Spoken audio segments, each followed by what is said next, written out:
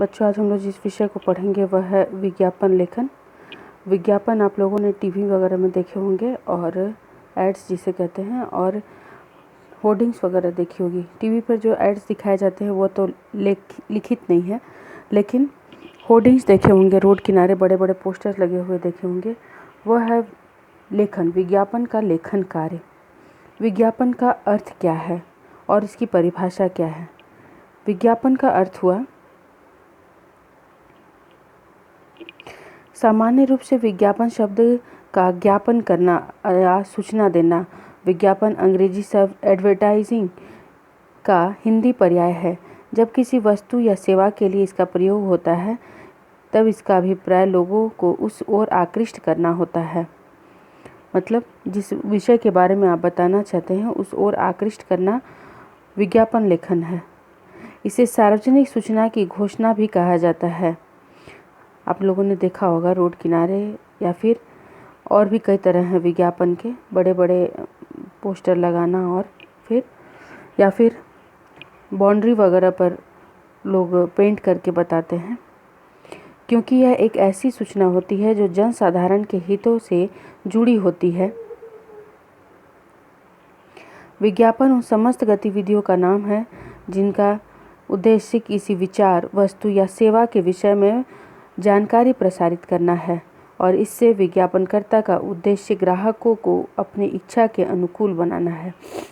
इसका सब उद्देश्य क्या रहता है कि ऐसा ऐड करे, ऐसा विज्ञापन करे ताकि ग्राहक उसका झुकाव उस ओर हो जाए। इसलिए लुभावने आकर्षक ऑफरों के साथ लोग देते हैं। अब है विज्ञापन की आवश्यकता। विज्ञापन की क्या आवश्यकता है? तो विज्ञापन की आवश्यकता क्यों है? औद्योगिकरण के दौर में विज्ञापन का जन्म हुआ है। अब विज्ञापन व्यवसाय जगत का एक अनिवार्य अंग बन चुका है। किसी नए उत्पाद के विषय में जानकारी देने, इसकी विशेषताओं व प्राप्ति स्थान आदि बताने के लिए विज्ञापन की आवश्यकता पड़ती है।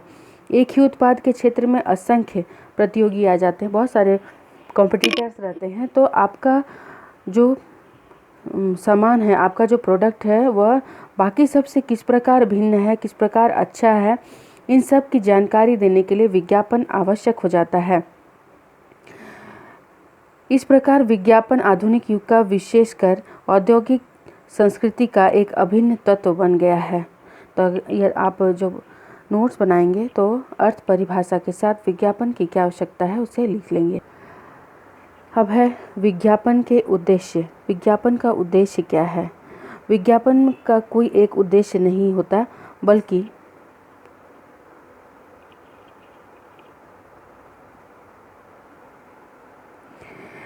जिसमें निम्न 3 सर्वाधिक महत्वपूर्ण जो उद्देश्य हैं वे आते हैं। अनेक उद्देश्य होते हैं जिसमें से 3 प्रमुख उद्देश्य हैं। पहला है तात्कालिक बिक्री, अर्थात तात्कालिक रूप से अपने उत्पादों की बिक्री करने के लिए कंपनियों के लिए महत्वपूर्ण हो जाता है कि वह अपना अच्छे से विज्ञापन लिखें, तैयार करें। दूसरा, बिक्री के लिए प्रेरित करना, अर्थात अपने उत्पाद के बारे में उसे बेचना आसान नहीं होता, क्योंकि मार्केट में कई प्रतिद्वंदी हैं, बाजार में कई प्रतिद्वंदी हैं। इसलिए लोगों को खरीदने के लिए, बिक्री के लिए प्रोत्साहित करना, उत्पाद से लोगों को परिचित कराना, आपके उत्पाद में क्या खासियत है उसके लिए जागृत करना लोगों को, और खरीदने के लिए उकसाना। इस एक कार्य के लिए कंपनियों में अलग से एक शाखा बनाई जाती है जो कि कंपनी का विज्ञापन करती है। अब किस प्रकार कर सकती है वो देखिएगा।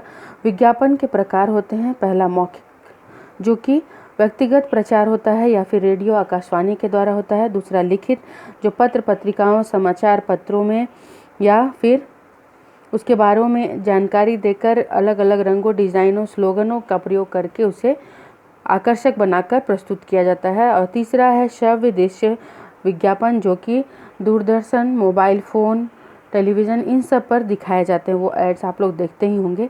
यहाँ कुछ सैंपल विज्ञापन दिए हुए हैं, जैसे ऑनलाइन शॉपिंग और अल्पना ऑनलाइन शॉपिंग के बारे में दिखाया गया है। तो यहाँ 25 से 50 शब्दों का उपयोग करके आपको लिखना है। तो पहले आपको उत्पाद का नाम बताना होगा। उत्पाद का नाम मतलब कंपनी क्या है। उसके बाद उसके जैसे अब घर बैठे शॉपिंग कीजिए, अल्पना ऑनलाइन शॉपिंग, जैसे अमेज़ॉन, फ्लिपकार्ट वगैरह के एड्स कैसे आते हैं उस बात को ध्यान में रखते हुए फिर यहाँ पर उसकी वेबसाइट दी हुई है, फिर उसकी विशेषताएं बताई गई हैं। यदि कोई छूट है, कुछ ऐसी व्यवस्था है तो उसके बारे में यहाँ दिया गया है। और फिर संपर्क हेतु पता अथवा फ़ोन नंबर यहाँ दिया गया है। तो इसमें क्योंकि एड्रेस की आवश्यकता नहीं है इसलिए ऐसा दिया गया है। इसके अलावा और कई चीज़ें दी गई हैं। आवश्यकता है सिविल सुपरवाइज़र गार्ड की, फिर गुमशुदा की तलाश, जर्मन शेफर्ड जो डॉगी होता है उसके लिए, ऐसे बहुत सारे दिए गए हैं। यहाँ देखिए देवभूमि उत्तराखंड के बारे में पर्यटन विभाग की तरफ से, जैसे झारखंड में अगर पर्यटन विभाग अगर यह कार्य करेगा तो किस प्रकार लोगों को आकर्षित करेगा, बुलाएगा, कैसे अपना प्रचार करेगा, ऐसे बहुत सारे विज्ञापन दिए हैं। मैं आपको कुछ सैंपल भेज दूंगी, आप उसे देख लीजिएगा।